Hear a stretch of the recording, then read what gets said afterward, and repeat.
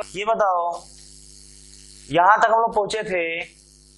मान लो दो vector A और बी है और उनके बीच का एंगल 90 डिग्री है, तो उसका जो परिणाम होगा मतलब रिजल्टेंट होगा वो बीच में जाएगा, और जो रिजल्टेंट बीच में जाएगा उसका फॉर्मूला क्या होगा?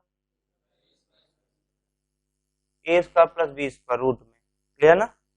और यहां से अगर एंगल पूछेगा तो होगा अल्फा इज इक्वल टू, अभी होंगे सर ये तो बीटा आप लिखा करते थे, ये कहीं लिखा थोड़ी ना कि इसको बीटा ही हमेशा लिखेंगे, और कुछ भी लिख सकते हैं।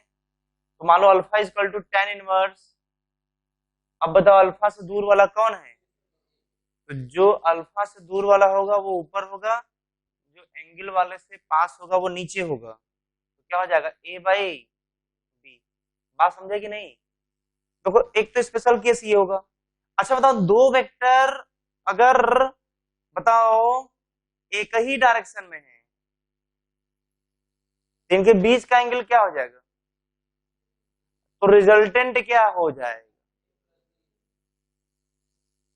और उसका डायरेक्शन किधर हो जाएगा?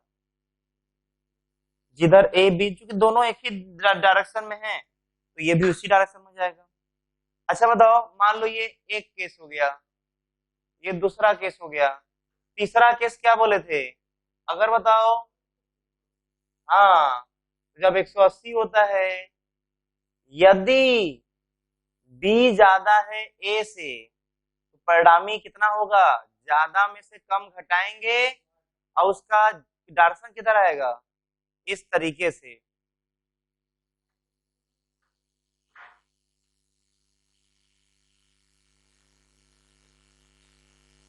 बात समझ में आया कि नहीं? जब दोनों का डायरेक्शन अपोजिट होंगे तो ज्यादा में से कम वाला घटा देंगे, तो जब ज्यादा में से कम घटाएंगे तो यही यही परिणामी है। 90 है तो ये वाला फॉर्मूला, 0 है तो ये लिखेंगे, 180 है तो ये लिखेंगे। लेकिन अगर अच्छा बताओ, यदि दोनों बराबर हो गए तो इधर ए है इधर बी है, अब बी वाला भी ए के बराबर है, दोनों ए ए हो गए। देखो ये क्या हो गया, मतलब दो वेक्टर कब कैंसिल आउट होते हैं? जब दोनों अपोजिट हो, विपरीत हो, और मतलब वो 180 डिग्री हो और दोनों का वैल्यू क्या हो? बराबर हो। बात समझे कि नहीं? तो ये सब बहुत बेसिक है, बहुत ज्यादा यूज पड़ता है इन सब का वेक्टर में। बात समझ आ रहा है? तो ये सब तो तुम्हारे दिमाग में होना चाहिए। तो ए हो गया, बी हो गया, सी हो गया। सी वाले में ही एक केस मान लो इसको ले लो और दूसरा केस ये ले लो। बात समझ आ रहा है? तो ये नोट कर लिए तुम लोग? बोलो। अच्छा, अब ध्यान देना। अब आते हैं एक और स्पेशल केस पर। चलो ये 90 था, 0 था, 180 था। अब ऐसा करते हैं, दूसरा स्पेशल केस है। देखो ये भी बहुत ज्यादा यूज पड़ेगा, बहुत ज्यादा यूज पड़ेगा। देखो दो वेक्टर का परिमाण मैग्नीट्यूड सेम हो और उनके बीच का एंगल क्या हो? थीटा हो जी। जीरो क्या बोल लो गतेदार? बताओ दोनों का मैग्नीट्यूड सेम है तो बताओ इसका रिजल्टेंट इन दोनों के बीचों बीच जाएगा, मतलब अल्फा भी थीटा बाई 2 होगा और बीटा भी थीटा बाई 2 होगा। मतलब कहने का कि अगर दोनों बराबर हैं तो बीचों बीच रिजल्टेंट परिणामी जाएगा, परिणामी। और ये तो देखो जब ये बात शुरू ही कर रहे हैं, इसके साथ साथ कुछ और पॉइंट ले लेते हैं। जैसे मान लो ए ज्यादा है और बी कम है, जोड़ने का नियम ये था कि इसको यहाँ शिफ्ट करो, इसको मिलाओ, वो जोड़ने का नियम होता है। लेकिन बोला था कि आगे का पढ़ाई जो है तुम इसी रूप में करना। बस में रहे, सुना ध्यान से। बता, इसका लंबाई कम है, इसका लंबाई और कम है, ज्यादा कोई बोलने यार था। इधर देखो, तो ये क्या है? ज्यादा लंबाई और ये कम लंबाई। तो ध्यान देना, जब ये जो है रिजल्टेंट ऐसे जाएगा तो जिसका परिमाण ज्यादा होगा, जिसका मैग्नीट्यूड ज्यादा होगा, वो रिजल्टेंट उसकी तरफ ज्यादा झुक जाएगा। मतलब जैसे मान लो ये अल्फा है और बीटा है ना, तो हम बोले बताओ अल्फा ज्यादा कि बीटा ज्यादा? यदि ए ज्यादा है बी से, ए ज्यादा है बी से, ध्यान देना जो ज्यादा होगा रिजल्टेंट उसकी तरफ दब जाएगा। जब उसकी तरफ रिजल्टेंट या परिणामी दब जाएगा तो एंगल कम हो जाएगा। वो एंगल कम हो जाएगा, अल्फा क्या हो जाएगा, कम। देखो ए ज्यादा है तो अल्फा कम, किससे? चलो ये आ गया पहला केस। दूसरा केस देख लेते हैं, सुना ध्यान से। ए क्या है, कम, बी क्या है, ध्यान देना, रिजल्टेंट क्या होगा, तो बोलेंगे जो ज्यादा वाला लंबाई वाला है, मतलब जिसका मैग्नीट्यूड ज्यादा है, वो उसकी तरफ झुक जाएगा। ध्यान देना, ये ऐसे हो जाएगा इस तरीके से। ये अल्फा है और ये बीटा है, लेकिन बीटा क्या होगा, कम होगा, किससे? क्योंकि क्योंकि बोलो, क्योंकि बी क्यों कम है, क्योंकि बी वाला ज्यादा है। नहीं, बीटा क्यों कम है, क्योंकि बी वाला क्या है, ज्यादा है। जब ये ज्यादा हो जाएगा तो उसकी तरफ झुक जाएगा, ये क्या हो जाएगा, क्योंकि बी क्या है, ज्यादा है, किससे, ए से। समझे कि नहीं? अब बताओ, क्या बिना बोले बोल सकते हो क्या? क्यों बोलना, बिना बोले कैसे बोल दोगे जी? मान लो बोल सकते हो अगर, तो देखो तीसरा केस है, बी दोनों बराबर है, ए और बी क्या है, दोनों बराबर है, इसका रिजल्टेंट बीचों बीच जाएगा, और जो अल्फा और बीटा है वो क्या होगा। तो जो यहाँ पर हम लोग बात कर रहे थे ना, हम उसी बात कर रहे थे कि अगर दोनों का मैग्नीट्यूड क्या होगा, बराबर बराबर होगा, उस केस में जो रिजल्टेंट होगा वो क्या होगा, वो बराबर बराबर एंगल होगा। और कब ज्यादा कब कम होगा वो देखो, दोनों कंडीशन लिख चुके हैं, समझे कि नहीं? तो इसको नोट कर लो, इसको तीनों, इसको मत नोट करना, इसको मत नोट करना, ये वाला पहला दूसरा तीसरा केस नोट कर लो, फिर इसको बताते हैं। सुना ध्यान से, इसके पहले जो था, बताओ 0 डिग्री पर क्या था, सुनो सुना ध्यान से, थीटा इक्वल टू 0 डिग्री पर क्या था, ए और बी का रिजल्टेंट वो था ए प्लस बी ना। अच्छा 180 पर क्या था, 180 पर क्या था, हाँ अगर जो ज्यादा होगा, यदि ए ज्यादा है बी से, यदि यदि यदि ए ज्यादा है बी से तो क्या जाएगा, ए माइनस बी, ये था उसका परिणामी रिजल्टेंट था। ध्यान देना, जनरल किसी थीटा पर आर का फॉर्मूला क्या था, क्या ये था क्या? सुनना ध्यान से, बताओ इसका वैल्यू किस पर निर्भर कर रहा है, किस पर डिपेंड कर रहा है, ए पर, बी पर और थीटा पर। किस पर डिपेंड कर रहा है, ए पर, बी पर और थीटा पर। जब तीनों डिपेंड कर रहा है तो ध्यान देना, तुमसे बोले कि आर का मैक्सिमम वैल्यू कितना होगा, तो क्या बोलोगे, ए प्लस बी, ये क्या है, मैक्सिमम वैल्यू। वो भी बताओ मैक्सिमम वैल्यू कब मिला, जब उन दोनों सदिश राशि, दोनों वेक्टर क्वांटिटी के बीच का कोण क्या होना चाहिए, एंगल क्या होना चाहिए, 0। इसका मतलब कि दो वेक्टर के बीच का एंगल अगर 0 डिग्री होगा तो उनके बीच लगने वाला जो रिजल्टेंट होगा, परिणामी होगा, वो सबसे ज्यादा होगा। मतलब सबसे कम कब होगा, जब 180 डिग्री पर होगा। ध्यान देना, जब दो वेक्टर 180 डिग्री के कोण पर होंगे, 180 डिग्री का एंगल बनाएंगे, उस केस में अगर दोनों को जोड़ा जाए तो जोड़ने के बाद जो सबसे कम आएगा, कब सबसे कम आएगा, 100, कब सबसे ज्यादा आएगा, 0 डिग्री पर। समझे कि नहीं? इधर देखो, ये तुम नोट कर लो पहले, ये क्या है, ये उसका जो है मिनिमम वैल्यू है, और ये क्या है, मैक्सिमम वैल्यू। नोट कर, इसको वहीं पर नोट करना जहां पर तुम जो है इसके पहले जहां पर लिखवाए थे, वहीं पर ये दोनों नोट करो। एक तरफ फिर शुरू कर दिए, सब जो जो देखते हैं सब छाप लेते हैं, इसमें सब छपा हुआ था, बस ये लिख करके लिखना था, इंडिकेट करना था कि ये उसका कम वैल्यू, ये उसका क्या है वैल्यू। ये बताओ, सुना ध्यान से, ये सब रिवीजन किया, जब तक पिछला रिवीजन नहीं करोगे ना तब तो मजा नहीं आएगा। ध्यान देना, पिछला रिवीजन रोज कर करके तुम लोग आओ, इतना आदत बनाओ, समझे? अच्छा बताओ, दो वेक्टर का मैग्नीट्यूड सेम हो, ए और बी, ए और ए हो जाएगा, उनके बीच का कोण कितना है, थीटा। देखो इसका रिजल्टेंट हम क्यों स्पेशली तुम्हें करवा रहे हैं क्वेश्चन, क्योंकि बहुत ज्यादा इस टाइप के एग्जांपल आएंगे। तो बताओ फॉर्मूला जनरल क्या होता है, a square plus b square plus 2ab cos theta. बताओ यहाँ पर ए और बी क्या दोनों सेम है, मतलब ए के जगह भी ए होगा, बी के जगह भी ए होगा, 2 इंटू ए इंटू बी होगा, लेकिन बी वाला ए है, इंटू क्या होगा cos थीटा होगा। बताओ ए स्क्वायर, अब बताओ ये 2a स्क्वायर, अब प्लस ये बताओ 2a स्क्वायर क्या cos थीटा। अच्छा बताओ 2a स्क्वायर क्या होगा 4a स्क्वायर, बोलो जी, नहीं होगा, हो जाएगा 2a स्क्वायर कॉमन, अंदर बचेगा 1 प्लस cos थीटा।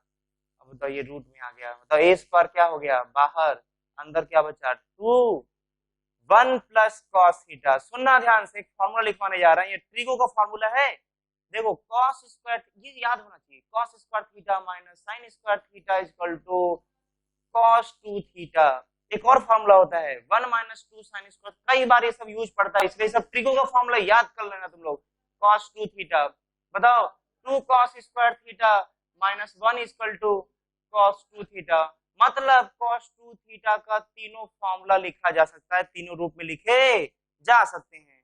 अब देखो इसमें से हम ये वाला एग्जांपल उठा रहे हैं, अब बताओ यहाँ पर -1 इधर जाएगा तो क्या हो जाएगा प्लस हो जाएगा 1 plus cos 2 theta equal to 2 cos square theta. सुनना ध्यान से, बताओ 1 plus cos 2 theta equal to 2 cos square theta. देखो यहाँ पे सिर्फ बदलने वाला कौन है, बदलने वाला कौन है, सिर्फ थीटा है, थीटा सिर्फ बदलेगा, बाकी 1 थोड़ी ना बदलेगा, प्लस बदलेगा, प्लस प्लस क्या बदलेगा भाई, तो ध्यान देना यहाँ पर सिर्फ बदलेगा थीटा। अब बताओ सिर्फ थीटा बदलेगा, थीटा को ध्यान से देखो तो जो ये वाला थीटा है, क्या इस वाले बदलने वाले थीटा का जो ये बदलने वाला थीटा है, बताओ आधा है कि नहीं है, अरे भाई ये बताओ इसका ये आधा है कि नहीं, इसका ये डबल है कि नहीं, इसका मतलब ये हुआ कि 1 प्लस कॉस, अगर अल्फा लिखा तो यहाँ हो जाएगा 2 cos स्क्वायर, इसका यहाँ आधा होता है, देख लो तो क्या अल्फा बाई 2 हो जाएगा। अगर यहाँ थीटा होता तो यहाँ पर क्या लिखते, अगर ये है क्या वही ये है क्या, अब बताओ जहां ये है वहां ये है, जहां ये है वहां ये है, क्या इसको यहाँ रख सकते हो क्या, बताओ क्या हो जाएगा a रूट में 2, ये पूरा का पूरा रख दो यहाँ पर, क्या 2 cos स्क्वायर थीटा बाई 2 हो जाएगा। अब सुनना ध्यान से, 2 बाहर आ जाएगा, 2a cos स्क्वायर, स्क्वायर बाहर आ जाएगा रूट से, क्या जाएगा cos थीटा बाई 2। सुनना ध्यान से, इस पे कई सारे एग्जांपल करवाए जा सकते हैं, जैसे ये बताओ मान लो दो वेक्टर के बीच का कोण a और a है मैग्नीट्यूड, और उनके बीच का कोण क्या है 0 डिग्री। बताओ ये ध्यान देना, रिजल्टेंट है, ये परिणामी का फॉर्मूला है, ये बात समझ नहीं समझ में आ रहा है, ये परिणाम का फॉर्मूला है रिजल्टेंट का। बताओ रिजल्टेंट ये फॉर्मूला आ गया, तो 0 0 होगा इनके बीच का कोण, बताओ रिजल्टेंट क्या आएगा, तो बोलेंगे 2a cos, बताओ थीटा का मान कितना है, तो 0/2 0 और cos 0 की वैल्यू 1, तो क्या ये 2a आ गया, क्योंकि ये आ गया 1, जब ये 1 आ जाएगा तो 2a बचेगा। ये क्या है पहला केस। अच्छा बताओ दूसरे केस में अगर दोनों के बीच का कोण 60 डिग्री रख दिया जाए, और ये a और ये है, जो जो एंगल बहुत फेमस है, जिस जिस एंगल का बहुत ज्यादा यूज पड़ने वाला है, हम उससे एग्जांपल ले लेके तुम्हें समझा रहे हैं। एक 0 बहुत ज्यादा दिखता है वैल्यू, एक 60 डिग्री भी बहुत ज्यादा आएगा, तो इसका जो r होगा वो क्या 2a cos क्या 60/2 आ जाएगा, मतलब 60/2 30 डिग्री हो गया, मतलब cos 30 का वैल्यू √3/2, बताओ √3/2 तो 2 से 2 क्या हो गया, तो क्या ये a√3 आया कि नहीं, बताओ ये क्या आ गया उसका सेकेंड केस। बताओ इसी तरीके से सुनना ध्यान से, इसी तरीके थर्ड केस आ जाएगा 90 डिग्री ले लेते हैं। अब यहाँ पर जो है a और a 90 डिग्री पर, और यहाँ से रिजल्टेंट आ जाएगा बीचों बीच 45 डिग्री और 45 डिग्री बनाते हुए जाएगा, बस हमारा नहीं। बताओ यहाँ पर कितना बना के जाता 30, ये भी 30 और ये भी 30, बताओ यहाँ कितना बना के जाता, अरे उसी के, हाँ 0 मतलब उसी की दिशा में जाता। इधर देखो ये आ जाएगा r equal to 2a cos 90/2 45। बताओ cos 45 डिग्री का वैल्यू 1/√2, मतलब ये आ गया 2a/√2। देखो यहां से ये √2 आ जाएगा, रिजल्ट क्या आया। चौथा केस, अगर दोनों के बीच क्या हो गया 120 डिग्री हो गया, ये भी बहुत ज्यादा आता है, इसका जगह 2a cos 120/2। ध्यान देना कितना, बता 120/2 60। अब cos 60 की वैल्यू 1/2, और जो 2 नीचे आया वो 2 से 2 कैंसिल, कितना आ गया a आ गया। पांचवा एग्जांपल बता दीजिए, बता दिया।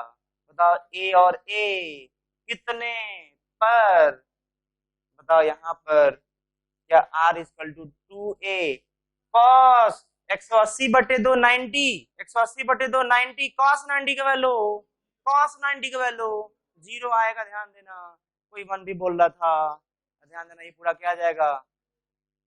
ये 5 केस हैं जो सबसे ज्यादा यूज पड़ता है, और सब के सब कहां से डिराइव हो रहे हैं, इसी से। तो रीजन तुम्हें समझ में आ गया ना कि ये कैसे आया है, ये पूरा बता दिए। लेकिन तुम इसको मत याद करना, जब ये दोनों वैल्यू सेम होंगे तो इसको याद मत करना, तुम डायरेक्ट इसको याद करना, तुम्हारा टाइम बचेगा, इससे टाइम बचेगा। अब ये सबको नोट कर लो, सबको क्वेश्चन लिखना है।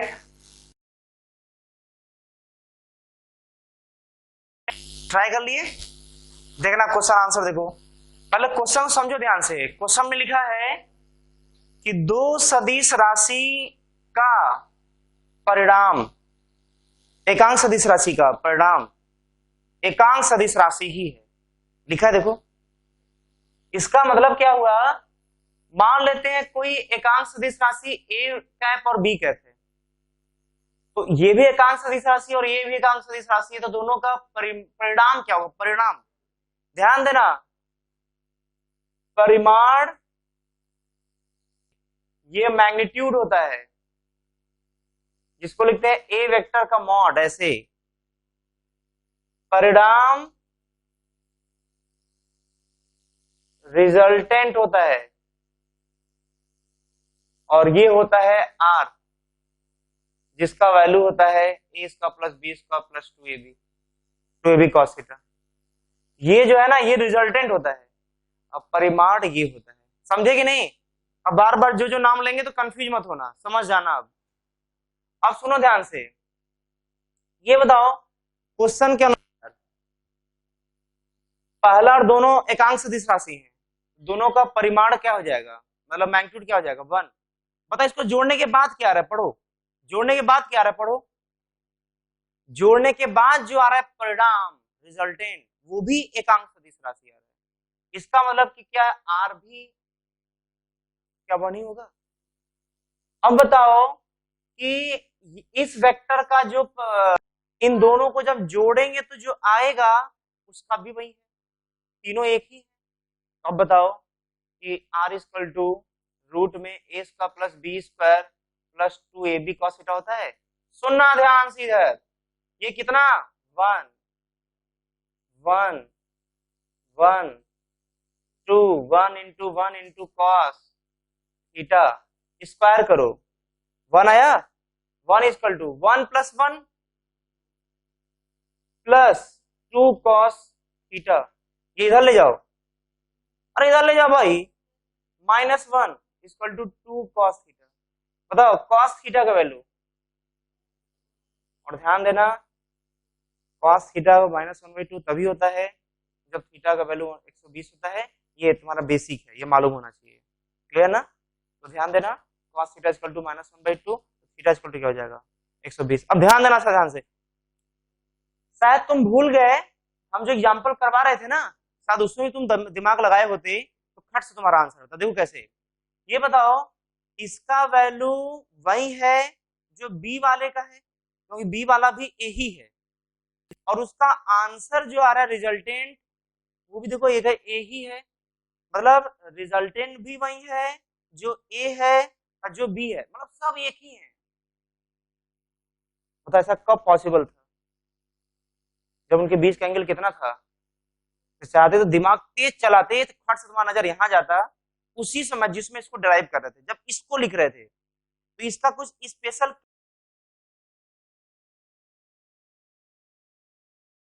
केस देख लिए होते। अच्छा, ये 5 एग्जाम्पल बताए थे, 2 एग्जाम्पल यहाँ बताए थे और 3 एग्जाम्पल यहाँ बताए थे। इन 5 एग्जाम्पल में ये एक अलग प्रकार का आंसर है। क्या अलग है, किस मामले में अलग है? कि जो ए है वही बी है और वही आर है, सब तीनों के तीनों बराबर है। बात समझ रहा है? मतलब ध्यान देना, ये नोट करने जैसा पॉइंट है क्या, कि जब जब ए का मॉड, बी का मॉड, आर का मॉड अगर सब बराबर हो तो ऐसा तभी पॉसिबल होगा जब उनके बीच का एंगल क्या होगा। जल्दी से नोट कर लो इसको सोल्यूशन। अब साइड में ये भी नोट कर सकते हो, जो है साइड में ये भी नोट कर सकते हो, जो है साइड में ये भी नोट कर सकते हो, जल्दी से कर लो। चलो, ये तो शायद जो भी अभी हम लोग बातें कर रहे थे जोड़ने से रिलेटेड, किससे रिलेटेड, जोड़ने से रिलेटेड, वो था क्या क्या, एक बार जल्दी से अच्छे से देख लेते हैं, जल्दी जल्दी। जैसा था ए और बी होता था अलग अलग, थीटा हुआ करता था, इसका रिजल्टेंट बीच में जाता था, वो formula a square plus b square plus 2ab cos theta हुआ करता था। दूसरा फिर बताए थे कि यदि इसी का 0 डिग्री होगा तो आर मैक्सिमम आएगा, वो ए प्लस बी होगा। अगर 180 डिग्री हुआ तो आर मिनिमम मतलब सबसे न्यूनतम आएगा, और न्यूनतम होगा ए माइनस बी का मॉड वैल्यू, क्योंकि माइनस प्लस जो भी आएगा मॉड ले लेंगे। तीसरा केस था जब थीटा का वैल्यू 90 आएगा तो आर का वैल्यू आया था रूट में ए स्क्वायर प्लस बी स्क्वायर। फिर नेक्स्ट आया था कि बताओ अगर दोनों वेक्टर सेम हो गए ए और ए, अगर उनके बीच का एंगल थीटा हो गया, रिजल्टेंट आ जाएगा 2a cos थीटा बाई क्या 2 आ जाएगा। इसी पर कई सारे एग्जाम्पल करवाए थे, जैसे 0 डिग्री हो गया, 60 डिग्री हो गया, 90 डिग्री हो गया, 120 डिग्री हो गया, 180 डिग्री आ गया।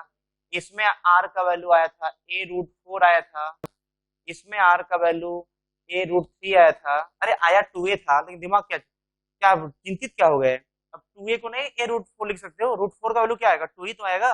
चलो हाँ, सोचा ज्यादा मत करो, आर का वैल्यू a रूट 2 आएगा और इसका value r equal to a root 1 आएगा, और इसका वैल्यू क्या था r equal to a root 0 आएगा। सर ये रूट 1 ही होगा, वही हो जाएगा। देखो ये एक प्यारा सा, देखो 4 3 2 1 0 ऐसे मिल रहा है, समझे कि नहीं? अच्छा तो ये आ गया। अच्छा इसमें इसमें अल्फा इक्वल टू आया था tan इनवर्स, बताओ क्या, नहीं b बाई ए और a बाई बी कुछ मत बोलना, क्योंकि अल्फा किससे लगा हुआ है हमको भूल, दूर वाला बाई पास वाला, यही था, ये हो गया, कर चुके हैं। अब जैसे ये सब बातें कर लिए वैसे ही हम लोग तुरंत इसके जो, ये क्या था, ये क्या था, ए वेक्टर प्लस बी वेक्टर का मैग्नीट्यूड था।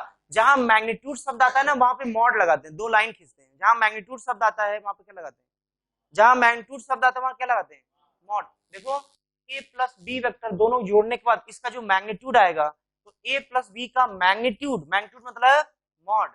अब बताओ जब दोनों को जोड़ा तो ये आया, बताओ जब दोनों को हटाएंगे तो क्या आएगा, बोले कोई दिक्कत नहीं है, तो यहाँ प्लस आया, जोड़ा तो यहाँ पर क्या आया प्लस, जब घटाएंगे तो यहाँ आएगा माइनस। देखो कैसे,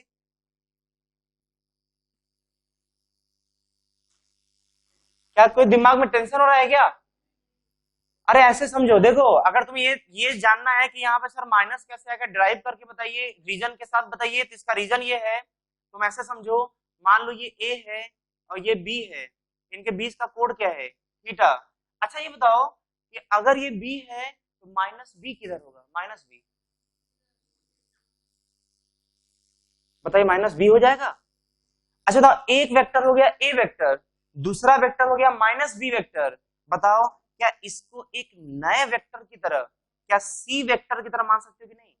सर कैसे आप मान सकते हैं? अरे मान सकते हैं भाई, अरे ये भी तो एक कोई वेक्टर ही है, अब कोई वेक्टर उसको सी मान लेते हैं। अब ये बताओ कि जब इसको इसको माइनस बी को एक नया वेक्टर सी मान लिया, तुम खुद सोचो इनके बीच का कोण कितना आ गया, 180 माइनस थीटा, समझे कि नहीं? अब बस ध्यान देना, जैसे यहाँ माइनस रखोगे, जैसे मान लो ये सी वेक्टर आ गया, तो जैसे ये वैल्यू पुट करके यहाँ पर रखोगे 180 माइनस थीटा, बताओ कॉस 180 माइनस थीटा का वैल्यू कितना होता है? कॉस 180 माइनस थीटा, ये थीटा की जगह रखोगे, ये कहाँ रखोगे?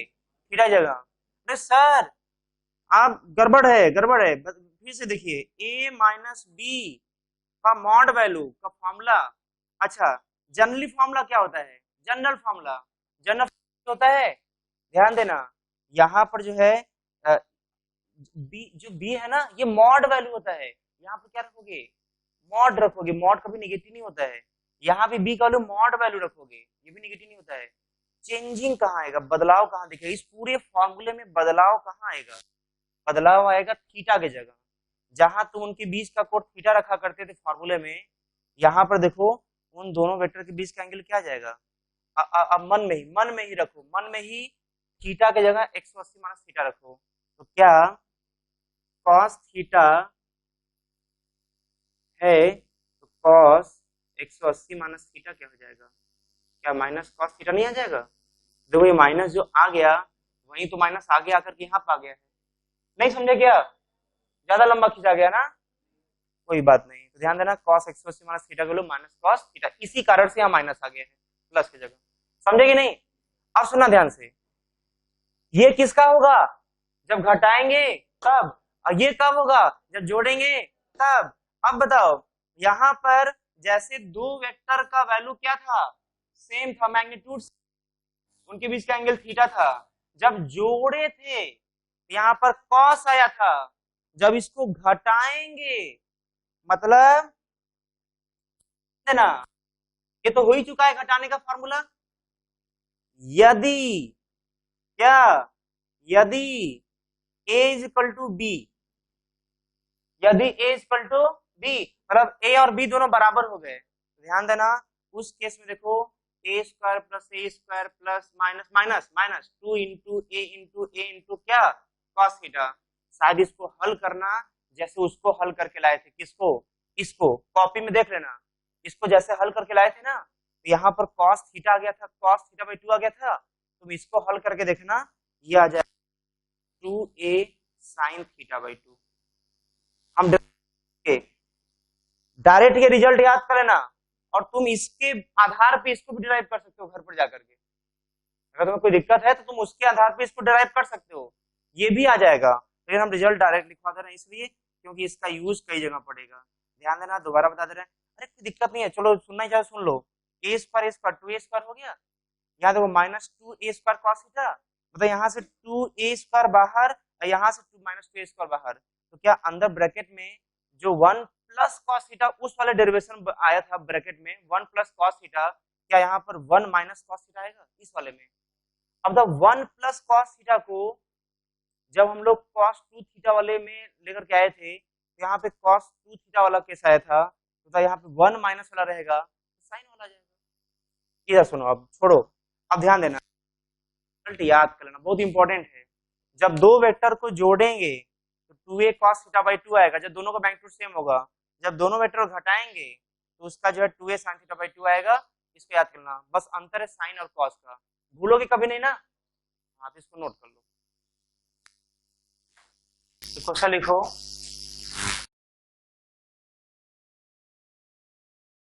सुना ध्यान से, पहले क्वेश्चन को समझो। क्वेश्चन बोल रहा है एक वस्तु 10 मीटर पर सेकंड के वेग से चल रहा है, चलते चलते अपने दिशा को 60 डिग्री बदल लेता है। अब 60 डिग्री चाहे इधर घूम कर इधर बदल ले दिशा या इधर बदल ले दिशा, तो एक अपने मन से मान लेते हैं इधर चलते चलते अपने दिशा को 60 डिग्री बदल लिया, ऐसे 60 डिग्री घूम के 60 डिग्री, अब वो इधर जाने लगा। मान लो पहले इधर जा रहा था, अब किधर जाने लगा? 60 डिग्री घूम करके वो इधर जाने लगा। उतने ही चाल से, ऐसा क्वेश्चन लिखा है, तुम देखो ध्यान से, उतने ही चाल से लिखा हुआ है, इसका मतलब कि इसका 10 है तो इसका भी क्या होगा? ये तो हम क्वेश्चन समझाए हैं, क्वेश्चन क्या पूछ रहा है वो देखो ध्यान से। बोल रहा है वेग परिवर्तन ज्ञात कीजिए, पता है वेग परिवर्तन, परिवर्तन मतलब बदलाव, चेंजिंग। किसी का भी परिवर्तन पूछे तो उसका फाइनल माइनस इनिशियल होता है। परिवर्तन मतलब ही होता है अंतिम माइनस प्रारंभिक।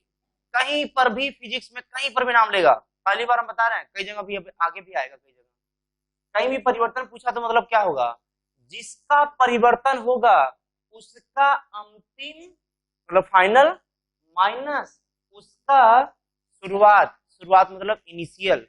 अब ये बताओ इसका मतलब वेग परिवर्तन मतलब क्या तुमसे पूछ रहा था, वेग परिवर्तन मतलब तुमसे पूछ रहा था v final minus v initial, मतलब वी अंतिम माइनस वी शुरुआत। अब बताओ इसका अगर तुमसे वैल्यू पूछ रहा है, मतलब मॉड वैल्यू पूछ रहा है, अब बताओ मॉड वैल्यू पूछ रहा है तो बताओ क्या फार्मूला लगेगा, बता टू, देखो बताओ बताओ दोनों का मैग्नीट्यूड सेम है क्या, और बोले तो ना जब दोनों का मैग्नीट्यूड सेम हो और उनके बीच का एंगल थीटा हो तो जोड़ेंगे तो 2a cos थीटा बाई 2 आता है, लेकिन घटाएंगे तो 2a sin थीटा बाई 2 आ रहा है। बताओ जोड़ घटा रहे हो, जब घटा रहे हो तो कौन सा फॉर्मूला आएगा, 2b sin थीटा बाई 2। अब बताओ 2v बताओ 10 sin थीटा बताओ 60 बाई 2।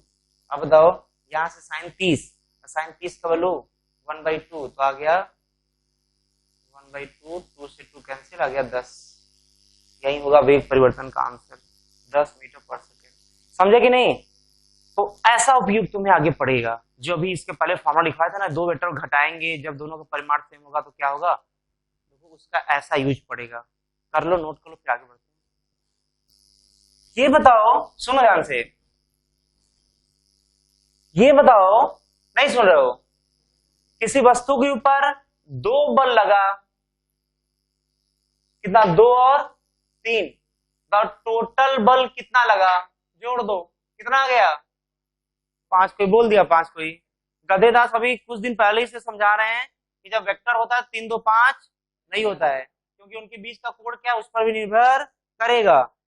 अगर दो बल एक ही वस्तु पर लगे, बल मतलब सदिश राशि, अगर दो सदिश राशि थीटा कोण पर हैं तो हमें समझ में आता है कि सर उसका जो जोड़ने के बाद मान आएगा वो जो बोले वही बोलेंगे ना, रूट में इसका प्रश्न होगा। सर बात सही है कि 2 आएगा तो जोड़ लेंगे, नहीं क्या जरूरी किसी वस्तु पर दो ही सदिश राशि लगे, क्या दो ही बल कार्य करे, बोलेंगे नहीं, हो सकता है किसी वस्तु पर 3 बल कार्य करे, 4 बल कार्य करे, कई सारे बल कार्य करे। तो बताइए उस केस में क्या होगा, 2 के लिए तो आप फॉर्मूला लिख दिए, बहुत अच्छा किए, लेकिन बताइए अगर 3 बल कार्य करने लगे तब क्या करेंगे। तो अब हम लोग जो पढ़ने जा रहे हैं वो पढ़ने जा रहे हैं कि अगर किसी वस्तु पर 3 या 4 सदिश राशि कार्य करना शुरू कर दे, वो बल ही नहीं, चाहे जो भी सदिश राशि हो, वेग हो, त्वरण हो, बल हो, जो भी हो, अगर 2 ज्यादा अगर कार्य करना शुरू करेगा तो उसको कैसे जोड़ेंगे, क्लियर ना। तो हेडिंग देना, 2 से ज्यादा सदिश राशि को जोड़ने का विधि, 2 से अधिक सदिश राशि को जोड़ने का तरीका। ये बताओ, एक तो डायग्राम वाइज तो सही है क्या, कि मान लो ये ए दे दिया, दूसरा दे दिया बी और तीसरा दे दिया सी, और मान लो ये दे दिया जो है यहां से जो है कितना बताओ, थीटा मान लेते हैं। तो रे डायग्राम के द्वारा जोड़ना हो तो आसान है। रे डायग्राम मतलब क्या, ये जो डायग्राम देख रहे हो ना, इसको जोड़ने का तरीका शायद याद होगा, तुम लोग बताए थे क्या, किसी एक को एक पहला वेक्टर मान लो, जैसे मान लो ए को ये पहला है, तो पहले के हेड से दूसरे का टेल जोड़ेंगे तो ऐसे चला जाएगा, अब दूसरे के हेड से तीसरे का टेल जोड़ेंगे तो ऐसे चला जाएगा। अब बताओ यहां से ये थीटा हो जाएगा, ये आ गया बी और ये सी, और ये तुम डायरेक्ट ऐसे मिला दोगे, यही क्या होगा, ए वेक्टर प्लस बी वेक्टर। लेकिन ध्यान देना ये सिर्फ डायग्राम वाइज सही है, ये सिर्फ डायग्राम वाइज सही है। अगर न्यूमेरिकल वैल्यू दे दिया तब जैसे हम बोल दें कि मान लो ये दे दिया 30 दे दिया, ये 40 दे दिया, और मान लो ये 50 दे दिया, मान लो, और ये जो है 37 डिग्री दे दिया। 37 डिग्री से याद आया, 37 डिग्री से याद आया कि तुम्हें कुछ वैल्यू लिखवाने जा रहे हैं, वो हमेशा तुम याद करना, क्योंकि दो वैल्यू लिखवाने जा रहे हैं, दोनों बहुत ज्यादा यूज पड़ता है। कौन कौन? cos 37 और sin 53। ध्यान देना, 37 प्लस 53 मिल करके 90 होंगे। 37 और 53 मिलकर क्या होंगे? 90 होंगे। तो cos 37 का वैल्यू और sin 53 का वैल्यू 0.8 या 4/5 होता है, और sin 37 का वैल्यू cos 53 का वैल्यू 0.6 या 3/5 होता है। ये याद कर लेना तुम लोग, कई जगह हम यूज करेंगे, हम दोबारा बताएंगे नहीं। इसको कॉपी में नोट कर लो और इसको याद कर लेना। पर दो को लेकर समझो, ए और बी हुआ था, और इसका वैल्यू 10 और 15 मान लो दे दिया, इनके बीच का कोण जो है मान लो 60 डिग्री दे दिया। तो तुम इसको लाने के लिए डायग्राम, ऐसा था नहीं कि इसको नापते थे स्केल से, इसका कोई फॉर्मूला था कि नहीं? तुम फॉर्मूले से उसके आंसर तक पहुंचे थे, आंकिक आंसर तक, न्यूमेरिकल आंसर तक पहुंचते थे। तो यहां पर भी वही क्वेश्चन हो गया कि क्या होगा सर, इसको तो तुम मापोगे नहीं, यहां पर भी कोई फॉर्मूला ऐसा होना चाहिए। दूसरा चीज, जैसे दो वेक्टर का डायरेक्ट फॉर्मूला हुआ करता था, 3-4 वेक्टर का डायरेक्ट फॉर्मूला कुछ नहीं होता है कि तुम बोल दोगे रूट में a square plus b square plus c square plus 2abc cos theta, ऐसा कुछ भी नहीं होता है। ध्यान देना, यहाँ पर जो है हम कुछ तरीका बता रहे हैं, उसको ध्यान से सुनना, ध्यान सुनना। अभी हम लोग किसके बारे में जिक्र कर रहे हैं? हम लोग अभी जिक्र कर रहे हैं जब दो वेक्टर से ज्यादा सदिश राशि हो तो उनको जोड़ने का तरीका क्या होता है। डायग्राम वाइज तो ये है, लेकिन हमें आंसर तक पहुंचना होगा, हम लोग ऐसे थोड़ी ना पहुंचेंगे। सुना ध्यान से, कैसे पहुंचेंगे? अच्छा, उसका स्टेप क्या होता है ये तो नोट कर लिए होगे। तो अच्छा, एक आएगा उसमें कंपोनेंट ऑफ वेक्टर, मतलब सदिश राशि का घटक एक आएगा। जब हल करेंगे ना तो इसका जरूरत पड़ेगा, तो पहले इसको पढ़ लेते हैं, तब उसके बाद हम लोग जोड़ना सीखते हैं 3 या 3 से ज्यादा वेक्टर को। एक क्या आएगा इसके बाद पहले बताओ?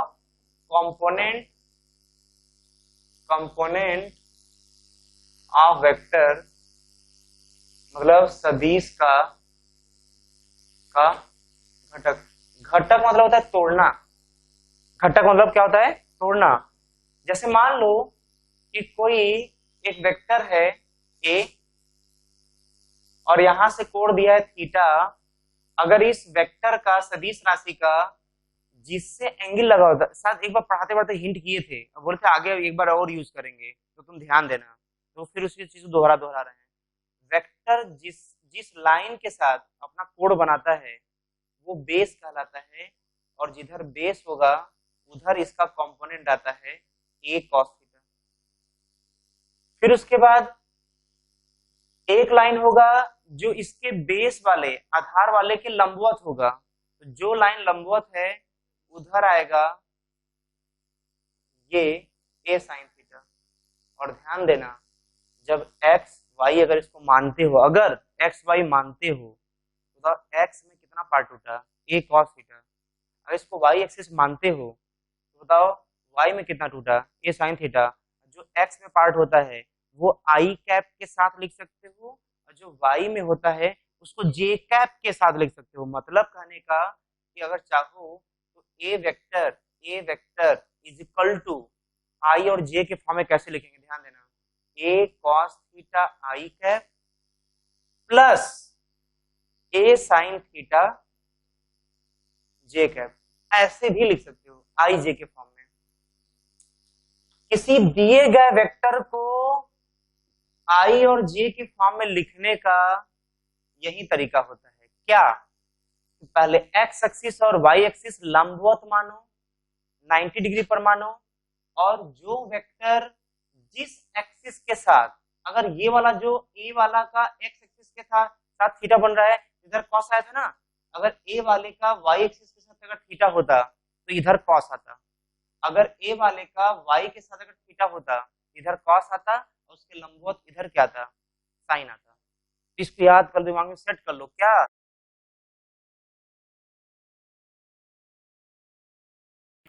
कि उस वेक्टर का थीटा जिस लाइन से लगा होता है वो बेस होता है, इसलिए कॉस थीटा आएगा, तो हो जाएगा ए कॉस थीटा। क्या होगा, ए कॉस थीटा। सिर्फ कॉस थीटा मत लिख देना, पूरा लिखना क्या, ए कॉस थीटा। और इधर क्या आएगा, ए साइन थीटा। चाहो तो टूटे हुए भाग को, चाहो तो टूटे हुए भाग को आई और जे में भी लिख सकते हो। कैसे, जितना पार्ट एक्स में है वो आई कैप, बीच में फिर प्लस, जितना पार्ट वाई में है उसका जे कैप बीच में। समझ आया? और सुनो ध्यान से, इसका प्रैक्टिकल मतलब क्या हुआ, हमें यह भी जानना जरूरी है। कंपोनेंट का रियल मतलब क्या हुआ है, क्या इसका प्रैक्टिकली रिलेशन, समझो ध्यान से। अगर मान लो ये जमीन है, क्या है, ग्राउंड है, ग्राउंड, और ये मान लो दीवार है, वॉल है, वॉल। तो वॉल और ग्राउंड के बीच में मान लो कोई ऐसे लकड़ी, ऐसे लकड़ी, इस लकड़ी लाइट ऐसे गिराते हैं, ऐसे एकदम समांतर पैरेलल गिराते हैं, लाइट ऐसे जलाते हैं, टार्च जलाते हैं। तो बताओ, जैसे यहाँ पे लाइट ऐसे जलाएंगे तो क्या ये इसका परछाई यहाँ पड़ जाएगा? गधेदास, अरे जमीन है, ये दीवार है, वॉल है, लकड़ी ऐसे बीच में है, अरे ये वॉल है, ये जमीन है, ये वाला ऐसे बीच में रहेगा, ऐसे वेक्टर।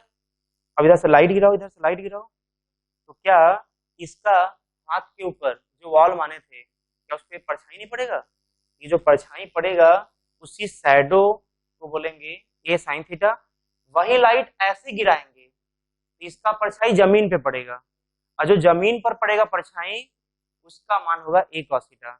मतलब देखो, मजाक मजाक में एग्जामिनर ये भी पूछ सकता है कि बताओ ये दीवार है और ये जो है ग्राउंड है, बताओ ग्राउंड और वॉल के बीच में एक लकड़ी ऐसे है 10 मीटर का, और बोलेगा ये वाला 53 डिग्री है। ध्यान देना, 53 डिग्री है, कितना है, 53 डिग्री है।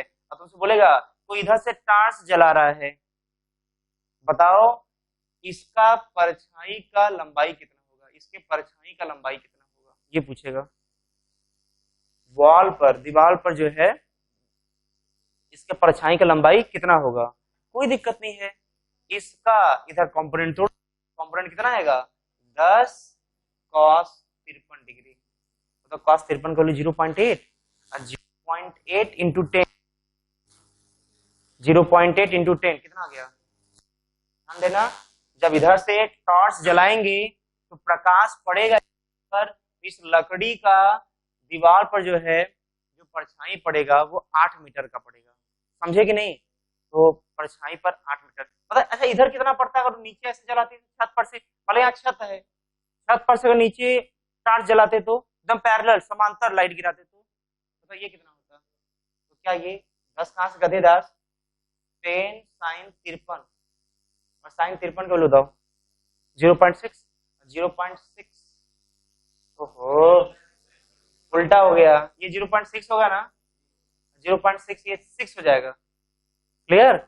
और देखो ये हो जाएगा 0.8, 0.8 साइन 53 का वैल्यू 0.8, 0.8 इंटू 10 कितना हो जाएगा 8। चाहो तो इसको आई और जे में लिख सकते हो, अगर ये एक्स होगा इधर वाई होगा तो देखो इसको ऐसे लिख सकते हो, मान लो ये ए वेक्टर कोई है, तो a vector is equal to 8i cap, 8i cap बीच में प्लस 6j कैप, ऐसा भी लिख सकते हो, समझे कि नहीं, बोलो। इसको ध्यान दे रहा ना, पहले इन दोनों बेसिक नॉलेज को ले लो, नोट कर लो कॉपी में, क्योंकि इसी का यूज पड़ेगा कहां पर, जब 3 या 3 से ज्यादा सदिश राशि को जोड़ेंगे। तो पहले बेसिक नोट करो, फिर इसका यूज करते हैं जोड़ने में, नोट करो। जानते हो कभी कभी मजाक मजाक में जो है एग्जामिनर पूछ देता है, क्या मजाक मजाक में पूछता है, ज्यादा सीरियस नहीं होता है, बोलता है तो बताओ एक्स एक्सिस इधर है, वाई एक्सिस इधर है, वेक्टर इधर होगा ऐसे, यही क्या पूछ रहा है, बताओ कि इसका 3i का प्लस 4j कभी दिया है ना, मतलब 3i का मतलब हुआ कि एक्स एक्सिस में 3 पार्ट, मतलब ये 3 हो गया, j का मतलब हुआ y में 4 पार्ट, ये हो गया, अब ये बताओ, ये 4 तो ये भी 4। सिंपल सी बात है भाई, क्या सोचना उसमें, बस समांतर है। अच्छा, ये बताओ कि क्या होता है alpha equal to tan inverse, alpha equal to 90 degree पर है अगर दोनों वेक्टर, तो दूर वाला भाई, तो अल्फा इक्वल टू दूर वाला भाई पास वाला। अच्छा, तो tan अल्फा इक्वल टू, मतलब जो इनवर्स यहाँ है ना -1 इनवर्स है ना, उसको इधर ले जाओगे तो tan हो जाएगा, tan अल्फा इक्वल टू 3/4। अब ध्यान देना, ये बताना शायद भूल गए थे, ये बताओ 37 का वैल्यू क्या होता है, 3/5। अब cos 37 का वैल्यू क्या होता है, 4/5, 4/5 देंगे। 37/cos कितना हो गया, tan 37। ये नहीं कि 37 से 37 कैंसिल कर देना, sin 37 cos 37 क्या हो जाएगा, tan 37 बराबर, देखो नीचे 5 5 क्या हो गया कैंसिल, क्या आ गया 3/4। सब तुलना करो इन दोनों को, 3/4 तो अल्फा का मान 37, अल्फा का मान 37, क्लियर ना। पाई के साथ कितना कोण बनाएगा 37 डिग्री। देखो अभी बेचारा तीनों भी पड़े हुए हैं, क्या चल रहा है, बेसिक चीजें। जल्दी से नोट करो इसको, क्वेश्चन था, सोल्यूशन ये है, उसका नोट कर लो क्वेश्चन का। इधर क्या मानो x, इधर क्या मानो y। यदि 3 वेक्टर को जोड़ा जाए या 4 वेक्टर को जोड़ना हो तो सबसे पहले एक्सिस और वाई एक्सिस बनाते हैं 90 डिग्री पर, वैसे होता भी है 90। एक्स वाई बना करके जितने भी वेक्टर दिख रहे हैं सभी वेक्टर के टेल को ओरिजिन पर रखना, सभी वेक्टर के टेल को ओरिजिन पर रखना, वो जिधर जाएगा जाने देना, जिधर जाएगा। जैसा तो इसको ओरिजिन पे रखोगे तो क्या ऐसे जाएगा, ऐसे कितना है 30। अब बताओ ये टेल पर ओरिजिन रखोगे ये किधर जाएगा, क्या ऐसे जाएगा, बताओ। वो इसके साथ थीटा 37 बना रहा है तो क्या 37 बनाएगा, बताओ। ये किधर जा रहा है ऊपर, तो टेल को ओरिजिन पर रखो, मूल बिंदु पर रखो, क्या ये ऊपर जाएगा, तो ऐसे हो जाएगा। कितना हो गया ये 40, ये कितना था 50। अब सुना ध्यान से, उसके बाद में पहला काम क्या था बताओ, एक्स वाई ड्रॉ करो, जितने वेक्टर को जोड़ना है सभी वेक्टर के टेल को ओरिजिन पर रखो, जो जिधर जा रहा है उधर जाने दो। यहां तक क्लियर हो गया। अब देखो नेक्स्ट अगला काम है, सभी वेक्टर का कंपोनेंट तोड़ो, घटक तोड़ो, एक्स में और वाई में। ये अगला स्टेप है। क्या बताओ, जितने भी वेक्टर हैं सभी का घटक या कंपोनेंट तोड़ो, किसमें किसमें, और वाई में। कि क्या ये और ये इस राशि पहले से ही एक्स में है क्या, जैसे देखो ये में है ना, ये कहीं बीच से गया है ना, ना ये वाला एक्स की तरफ वाई की तरफ, बीच में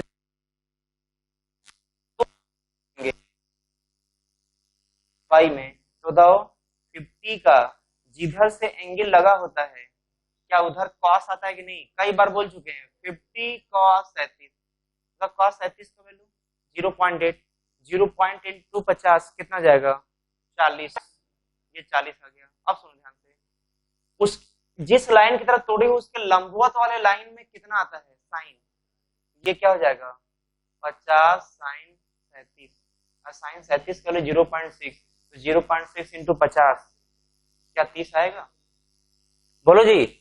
अब ये बताओ कि ये अगला काम ये था कि जो ना x में है ना y में है उसको x और y में तोड़ो, लेकिन जो x में और y में पहले से ही है उसको मत तोड़ो।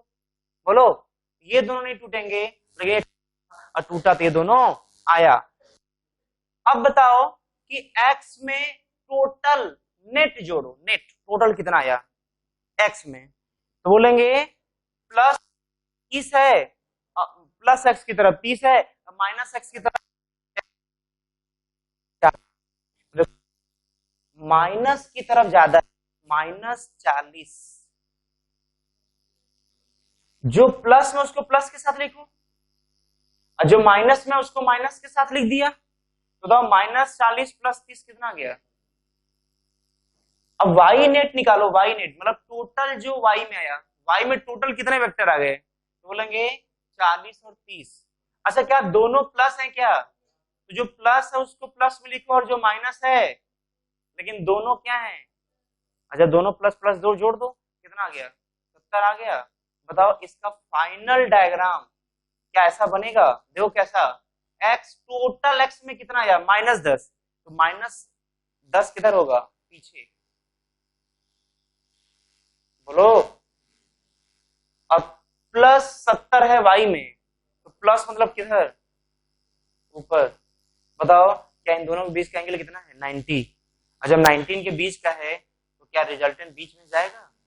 और फॉर्मूला क्या होता है, रूट में जब 90 पर होते हैं तो n का स्क्वायर + 70 का स्क्वायर, क्या 10 दोनों में, क्या 10 और आ जाएगा 10, और ये आ गया 5 बाहर √2, तो क्या 50 √2 आएगा, बोलो जी। ये होगा, समझे कि नहीं। अब सुनो ध्यान से, अरे अभी कहानी खत्म नहीं हुआ भाई, इधर देखो। बताओ x के साथ अगर हमें एंगल निकालना हुआ, x के साथ एंगल अल्फा, बताओ अल्फा = tan इनवर्स, बताओ दूर वाला भाई, क्या 70/10 हो जाएगा, क्या 10 से 10 कैंसिल, तो क्या tan इनवर्स 7 आ गया, ध्यान देना यही अल्फा। अब सुना ध्यान से, अभी तक तो सब कैलकुलेशन था, हम दोबारा दोहरा रहे हैं, हम क्या क्या किए हैं, 3 वेक्टर या 3 वेक्टर से ज्यादा वेक्टर को जोड़ना हो तो हम क्या क्या किए हैं, दोबारा हम दोहरा रहे हैं, सुनना ध्यान से। पहला काम किए थे एक्स एक्सिस और वाई एक्सिस ड्रॉ किए थे, दूसरा जितने भी वेक्टर थे सबके टेल को ओरिजिन पर रखे थे, जो जिधर जा रहा था उसे जाने दे रहे थे। तीसरा काम किए थे अगर वो एक्स में वेक्टर है या वाई में है तो नहीं तोड़ेंगे, उसको वैसे ही रहने देंगे, लेकिन ऐसा वेक्टर जो ना एक्स में है ना वाई में है उसको एक्स वाई में तोड़ेंगे। तोड़ने का नियम होता है कि जिधर कोण बना होगा, जिधर एंगल बना होगा उधर कॉस आएगा, उसके लंबवत साइन आएगा। सबको तोड़ने के बाद फिर एक्स में टोटल निकालेंगे और वाई में टोटल निकालेंगे। मतलब जो एक्स में टोटल आएगा देखो, प्लस है तो प्लस में लिखना, माइनस है तो माइनस में लिखना। 30 वाला प्लस में था तो +30 लिख दिया, 40 वाला माइनस में था तो -40 लिख दिया, ये आ गया 10, -10 आ गया। अब बताओ दोनों वाई वाले में प्लस ही देखो प्लस ही प्लस लिख दिया, दोनों मिलकर 70 हो गए। अब बताओ एक्स में -10, वाई में +70, बताओ इधर -10 तो पीछे हो गया, अब +70 है तो ऊपर हो गया। बताओ दोनों के एंगल कितना है 90 है। अब बताओ दो वेक्टर 90 डिग्री पर होते हैं तो क्या होता है, रूट में a² + b², इसको हल किया तो ये आ गया। बताओ यहाँ पर एंगल निकाला तो ये आ गया। अभी खत्म नहीं हुआ है, ध्यान देना, अब लास्ट पॉइंट बोलने जा रहे हैं, लास्ट। ये बताओ कि क्या तीनों को जोड़ेंगे, लिखने तरीका a जोड़ेंगे b के साथ, b जोड़ेंगे c के साथ। बताओ जब वेक्टर को जोड़ते हैं तो क्या आता है, क्या वेक्टर आता है कि नहीं, सुना ध्यान से। जब वेक्टर को जोड़ेंगे तो क्या आएगा, वेक्टर आएगा। बताओ जो वेक्टर आएगा बताओ उसके पास मैग्नीट्यूड भी होगा और क्या डायरेक्शन भी होगा। अच्छा बताओ जिसके पास मैग्नीट्यूड और डायरेक्शन दोनों होगा तो तुम्हें जवाब मैग्नीट्यूड का भी देना पड़ेगा, और इन तीनों को जोड़ने के बाद जो आएगा उसका मैग्नीट्यूड का भी आंसर देना पड़ेगा और डायरेक्शन का भी आंसर देना पड़ेगा। तो बताओ ये क्या है, यही तो इन तीनों को जोड़े हैं तो मैग्नीट्यूड आया है, यही क्या है बताओ, मैग्नीट्यूड आया है। और जब इन तीनों को जोड़े हैं तो उसका डायरेक्शन किधर आया है, देखो वो डायरेक्शन ये है, ये क्या हो जाएगा, डायरेक्शन हो जाएगा। समझ आया कि तुम लोग को, पक्का समझ आ गया। नोट कर लो, आगे बढ़ते हैं, जल्दी से नोट कर लो।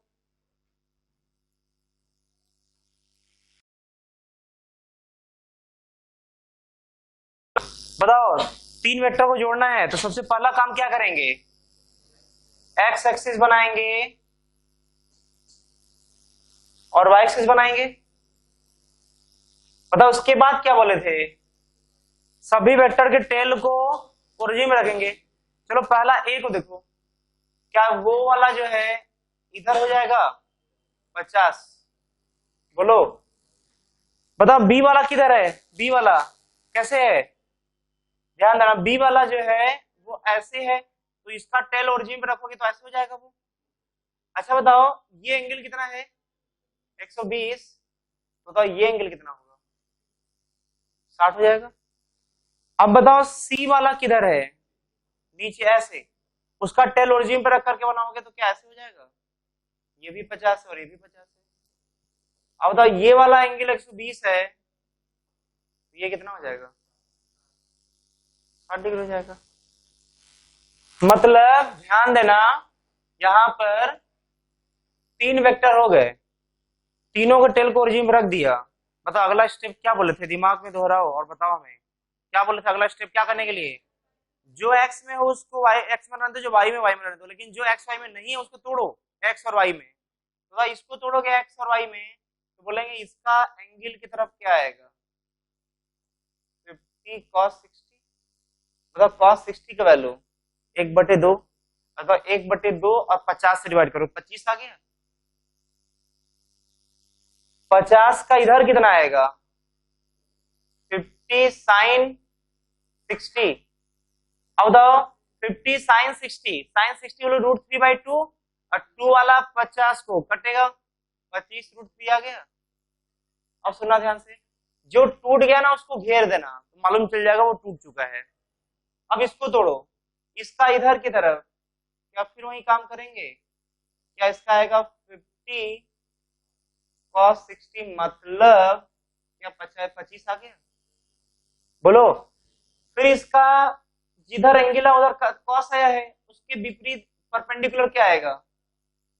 50 sin 60। sin 60 की वैल्यू √3/2 और 2 से 50 जाएगा 25 आ गया, 25 √3। अब ये भी टूट गया, इसको भी घेर दो। अब सब टूट गया, कोई बचा नहीं है, सब एक्स और वाई में टूट गया। अब बताओ उसके बाद क्या करते हैं? एक्स नेट निकालेंगे और बताओ एक्स में कितने वेक्टर हैं? एक्स में बोलेंगे एक्स में 1 वेक्टर, 2 वेक्टर और 3 वेक्टर। 3 वेक्टर हो गए। जो प्लस में उसको प्लस के साथ लिखो, जो माइनस में उसको माइनस के साथ लिखो। बताए माइनस में है ना, इसको -25। ये क्या है? माइनस में तो -25। ये क्या है? प्लस में तो +50। क्या गया? अच्छा तो ऊपर कितना है? 1। नीचे कितना है? 1। ऊपर है तो इसको प्लस लिखो, +25 √3। और नीचे है तो माइनस में लिखो, तो -25 √3। ये सब क्या आ गया? बताओ जब x भी 0 y भी 0 तो इसका जो रिजल्टेंट आएगा वो भी तो 0 हो जाएगा, क्योंकि रूट में 0 का स्क्वायर प्लस 0 स्क्वायर 0 आ गया। अब जो 0 है उसका कोई डायरेक्शन भी नहीं होगा, तो ना इसका कोई मैग्नीट्यूड आएगा ना इसका कोई डायरेक्शन आएगा। नोट कर लो। अगला क्वेश्चन देखो, कैसे इसको हल करेंगे। देखो बताओ ए वेक्टर जो दिया हुआ है वो तो पहले से एक्स में टूटा हुआ है, उसको तोड़ने की जरूरत नहीं है। जो 30 वाला है वो तो पहले से टूटा हुआ है। अब क्या करेंगे?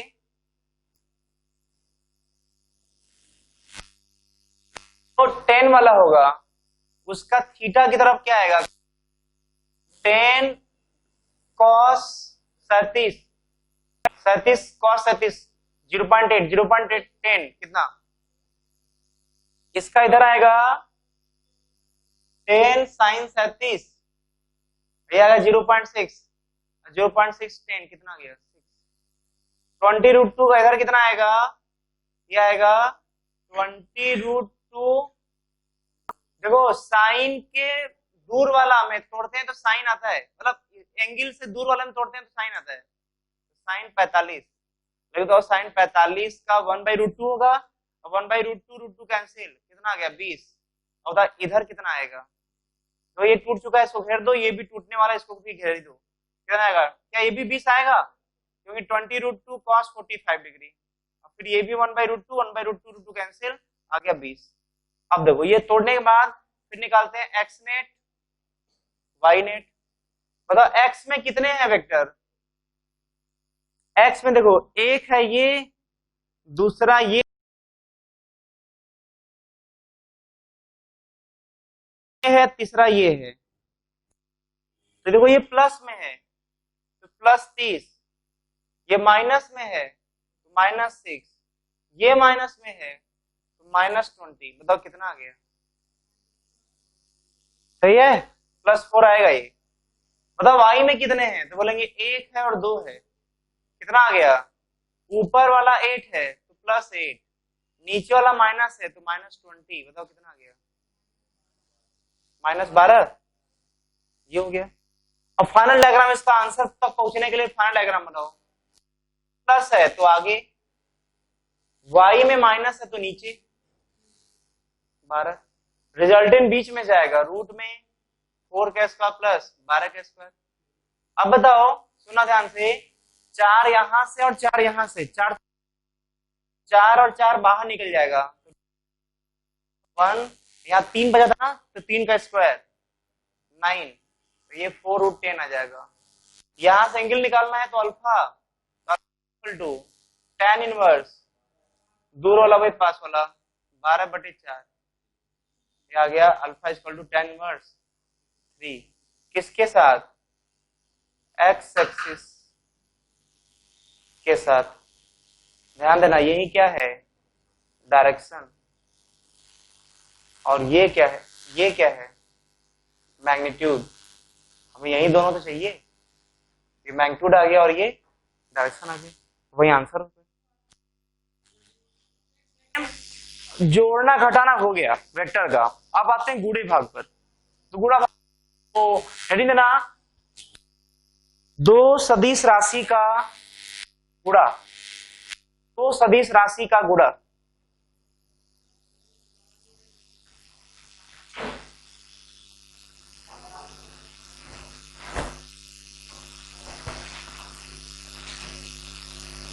मल्टीप्लीकेशन ऑफ टू वेक्टर्स, दो सदिश राशि का गुणा। ध्यान देना, जो हम लोग बचपन से गुणा पढ़ते आ रहे हैं वो दो स्केलर का गुणा करते आ रहे हैं, दो अदिश राशि का। जैसे 2 × 3 = क्या होता है? 6 ना जी, गधे 5 लिख रहा है, क्या होता है? 6। अब द 2 × 3 = 6 होता है, लेकिन ये किसके लिए वैलिड होगा? जब स्केलर टाइप की क्वांटिटी होंगे। लेकिन जैसे ही वेक्टर हो गए तो वहां पर नियम लगना बंद हो जाएगा। और वहां पर बताओ, स्केलर में कितने प्रकार के गुणा होते हैं? तो बोले एक ही प्रकार के होते हैं, जो गुणा हम पढ़े हैं बस एक ही प्रकार गुणा होता है। लेकिन ध्यान देना, वेक्टर में एक ही प्रकार गुणा नहीं होता है, 2 प्रकार गुणा होता है। और ध्यान देना, जो 2 प्रकार का गुणा होता है उन दोनों का नाम क्या है?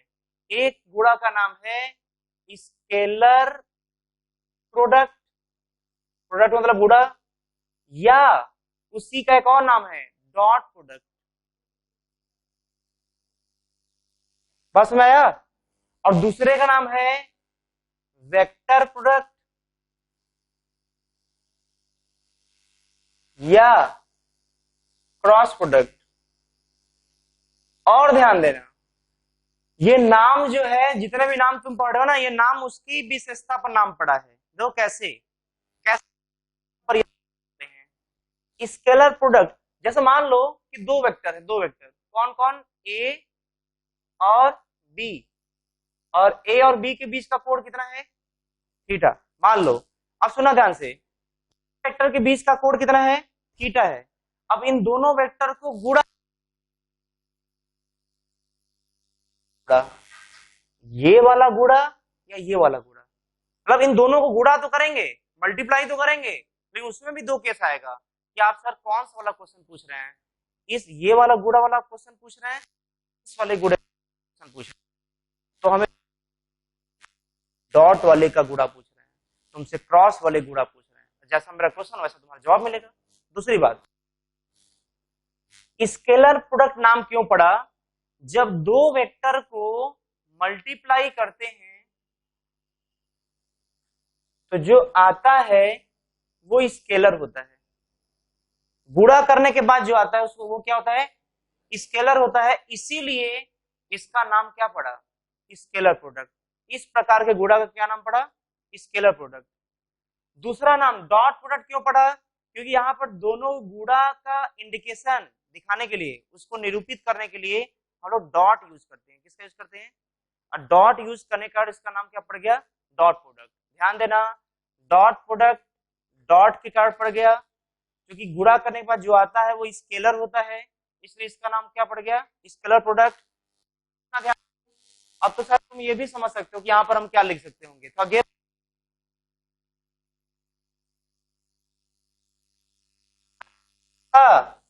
वहां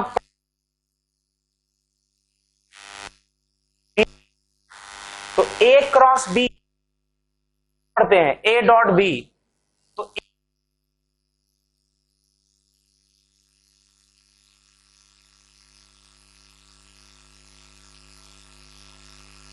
ये डॉट है इसलिए डॉट प्रोडक्ट, इसका आंसर स्केलर आया है इसलिए स्केलर प्रोडक्ट, क्रॉस है इसलिए इसका नाम क्रॉस प्रोडक्ट, ये वेक्टर है इसलिए इसका नाम क्या पड़ा? Vector product. जब यहां से डॉट हटता है, हटेगा डॉट, डॉट हटता है तो देखो ये कैसे टूटता है, ध्यान सुनना। ये वेक्टर है ना, इसको मॉड के रूप में लिखो, देखो मॉड के रूप में, तो मॉड को चाहे तुम ऐसे एरो दिखा करके दो लाइन खींच दो, वो भी मॉड कहलाता है, या सिंपली तुम ऐसे भी लिख दो, ये भी मॉड कहलाता है। मॉड मतलब मैग्नीट्यूड, मैग्नीट्यूड मतलब परिमाण, तो ए का परिमाण, बी का परिमाण। ध्यान देना, जब डॉट हटता है तो कॉस थीटा आता है, क्या आता है? कॉस थीटा, और ये क्या हो जाएगा? आर। ध्यान देना, ये जब टूटता है तो उसको ऐसे भी लिख सकते हैं, सुनो, जब क्रॉस तो क्या आएगा? मॉड।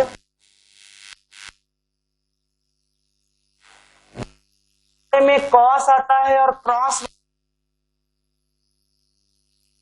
याद करना पड़ेगा, ये सब बेसिक चीजें हैं जो तुम्हें 2+3 याद किए थे ना 5 बचपन में, तो सीखे थे ना बेसिक चीजें, ये भी तुम्हारा बचपना ही है। अभी तुम 11 में पैदा हुए हो ना, जब तुम 11 में पैदा हुए हो तभी तुम ये बेसिक बेसिक चीजें अभी सिखाया जा रहा है सब। तुम बचपन में एक बार और पढ़े थे स्केलर का गुणा भाग जोड़ घटाओ। अब जब बड़े लेवल वाले स्तर में आगे पढ़ाई करने के लिए तो वहां पर पड़ेगा, बस में आ रहा है, जैसे बेसिक है।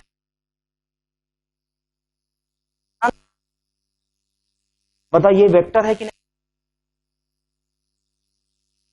तरफ अगर ये वेक्टर है मतलब दिशा है, तो इसकी तरफ भी जब तोड़ेंगे तो यहां भी कोई ना कोई इंडिकेशन, कोई ना वेक्टर होना चाहिए, कोई ना कोई दिशा होना चाहिए। अरे भाई ये स्केलर था तो कोई क्या दिशा था क्या?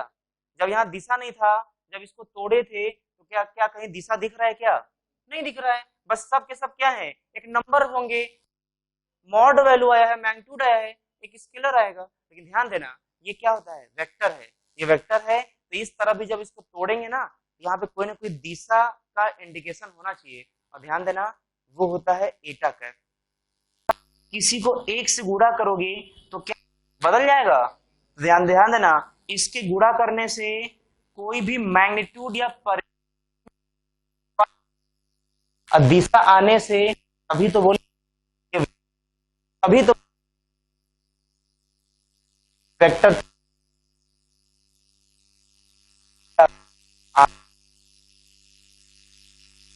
से ये दो फॉर्मूले हैं, एकदम अच्छे से कॉपी में नोट कर लो इसको। वेक्टर दो प्रोडक्ट दो प्रकार के, उसका ये पार्ट और ये पार्ट। तो आज के लिए बस इतना ही, क्लियर ना? कल जो है 15-20 मिनट लगेगा या आधे घंटे लगेगा, इसके बारे में कुछ बातें करेंगे हम लोग प्रोडक्ट के बारे में। फिर कल ही हम लोग शुरू कर देंगे नया चैप्टर, फिजिक्स का पहला चैप्टर कल शुरू होगा। नहा धोकर के आना, पूजा पाठ करके आना जो है, क्लियर ना? अभी तक हम लोग क्या था, ये सब बेसिक चीजें था। और ध्यान देना, नहा धोकर की पूजा पाठ का मतलब क्या हुआ जी? हाँ, जितना बेसिक मतलब अच्छे से सब साबुन लगा कर नहा करके जो पूजा वूजा पाठ कर अपने, ऐसा नहीं करना है। पूजा पाठ नहाने मतलब कि जितना भी अभी जो है पढ़े हो शुरू से अंत तक पूरा रिवीजन करके आना अच्छे से। नहीं नहाना नहीं है, कुछ बेसिक चीज में क्वेश्चन नहीं पूछा जाता है, समझा ना? जैसे ए बी सी, सी के बाद सर डी क्यों आता है? क्योंकि ये सब बेसिक चीजें हैं, सीखना पड़ेगा सब, आगे जब पढ़ेंगे देखा जाएगा। हो गया ना? चलो कल नहा धो करके पूजा पाठ करके आ जा।